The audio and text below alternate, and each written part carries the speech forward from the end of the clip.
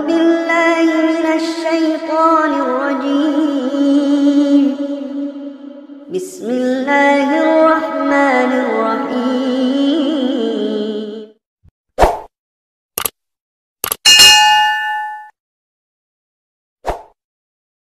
Assalamualaikum warahmatullahi wabarakatuh.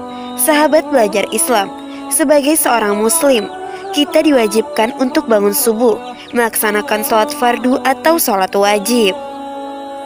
Namun harus diakui bahwa tidak sedikit dari kita yang kembali tidur setelah melaksanakan sholat subuh.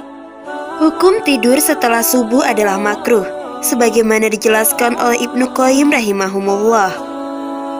Di antara hal yang makruh menurut para ulama adalah tidur setelah sholat subuh hingga matahari terbit, karena waktu tersebut adalah waktu memanen ghanimah atau waktu meraih kebaikan yang banyak atau madarijus sholihin. Dari uraian singkat tersebut dapat dikatakan bahwa tidur setelah subuh sangat tidak dianjurkan dalam Islam, karena dapat mendatangkan kerugian atau efek yang tidak baik untuk kita.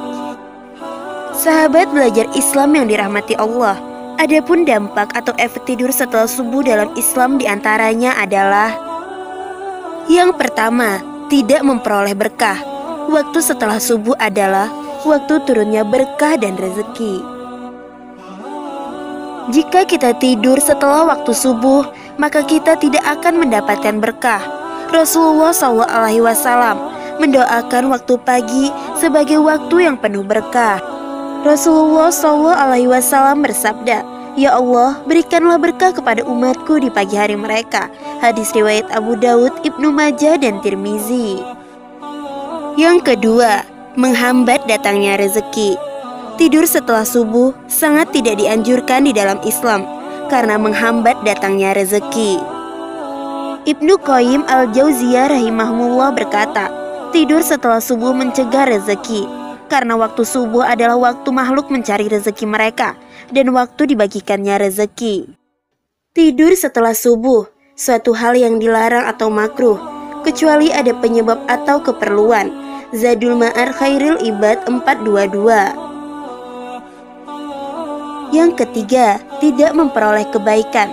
Tidur setelah subuh juga dapat mengakibatkan kita tidak memperoleh kebaikan atau pahala yang berlimpah. Karena itu, waktu tersebut harus diisi dengan kegiatan yang positif. Ibnu Qayyim rahimahullah menjelaskan, di antara hal yang makruh menurut para ulama adalah tidur setelah sholat subuh hingga matahari terbit, karena waktu tersebut adalah waktu memanen ghanimah atau waktu meraih kebaikan yang banyak. Lalu yang keempat, menimbulkan rasa malas. Tidur dapat menimbulkan rasa malas dan kebiasaan membuang-buang waktu, apalagi jika terlalu banyak tidur. Hal ini dinyatakan oleh Ibnu Qayyim rahimahumullah yang mengatakan, banyak tidur dapat mengakibatkan lalai dan malas-malasan. Yang kelima, menimbulkan berbagai macam penyakit. Selain menimbulkan rasa malas, tidur setelah subuh juga dapat menimbulkan berbagai macam penyakit. Ibnu Qayyim rahimahumullah berkata, banyak tidur ada yang termasuk dilarang dan ada pula yang dapat menimbulkan bahaya bagi badan atau tubuh. Tidur pagi juga menyebabkan berbagai penyakit badan atau tubuh, diantaranya adalah melemahkan syahwat. Yang keenam, dapat mengganggu kesehatan. Tidur setelah subuh dapat menyebabkan terganggunya kesehatan. Hal ini disebabkan di saat pagi metabolisme tubuh mulai bekerja dan tidak melakukan pemanasan. Ketika kita tidur di waktu pagi, metabolisme tubuh yang seharusnya mulai bekerja menjadi terhambat, dan ketika kita terbangun, tubuh akan terasa lemas atau tidak terasa segar.